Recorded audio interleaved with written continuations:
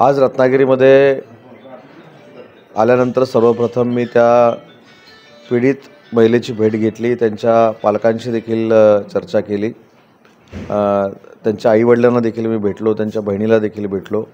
माझ्यासोबत additional SP Shrimati Gaikwad madam देखील होत्या, सिव्हिल हॉस्पिटलचे सगळे अधिकारी होते आणि तपास कालपासूनच सुरू झालेला आहे. काही मंडळींना पोलिसांनी ताब्यात देखील घेतलेला आहे. अगदी शेवटपर्यंत जाऊन तपास करण्याच्या सूचना पालकमंत्री या नात्यानं मी दिलेल्या आहेत. ज्याने कोणी हे कृत्य केले त्याला लवकरात लवकर शोधून काढून कडक कारवाई करण्याच्या संदर्भातले देखील निर्देश पालकमंत्री या नात्याने मी दिलेले आहेत. मी पोलिसांकडनं देखील ब्रीफिंग घेतलेलं आहे, त्याच्यानंतर डॉक्टरांकडनं देखील ब्रीफिंग घेतलेलं आहे. परंतु हा संवेदनशील विषय असल्यामुळं त्या ब्रीफिंगमध्ये नक्की काय आहे हे गोपनीय ठेवण्यात आलेलं आहे.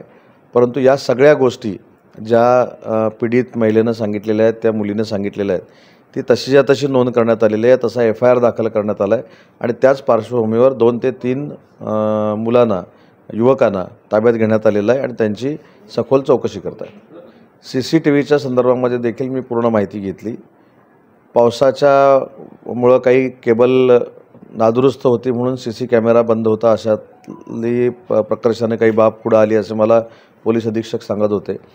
परंतु ज्या व्यक्तीवर हा प्रसंग झाला आहे त्या व्यक्तींना जो रूट सांगितलेला आहे त्याचं सगळं CC फुटेज हे पोलिसांच्या ताब्यामध्ये आलेलं आहे. नक्की त्या CC फुटेजमध्ये काय आहे त्यांनी मला देखील सांगितलेलं नाही, कारण तपास चालू आहे.